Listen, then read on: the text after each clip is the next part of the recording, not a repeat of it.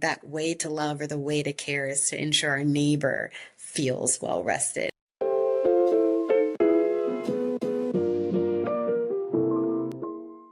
Imagination is how we survive. And today, let's talk about what's possible when we imagine, what's possible when we rest, what's possible when we offer our visionary leaders of organizations this opportunity to dream new worlds if we are not too tired to see beyond what is here and existing. So I would like to open our conversation today with you, Esther, and say, come with me and imagine the practices and policies have shifted. What role has rest played?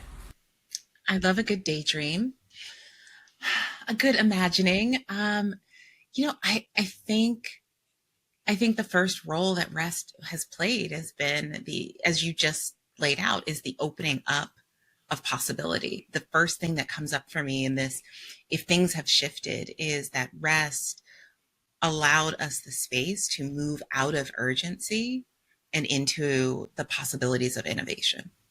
When I'm thinking of this well-rested world and dreaming about it, I see, I feel well. I feel that my family feels well. I feel that this next generation is in a posture of great imagination.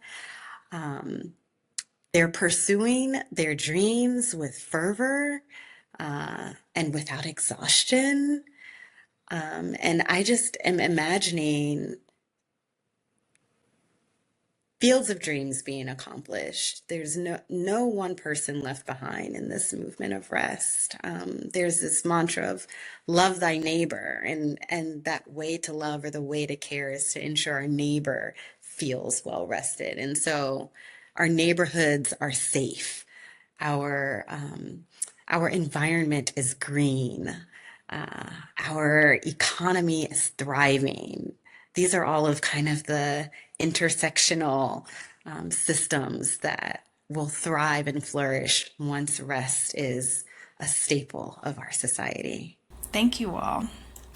If you could design one systematic change that protects rest, what would it be?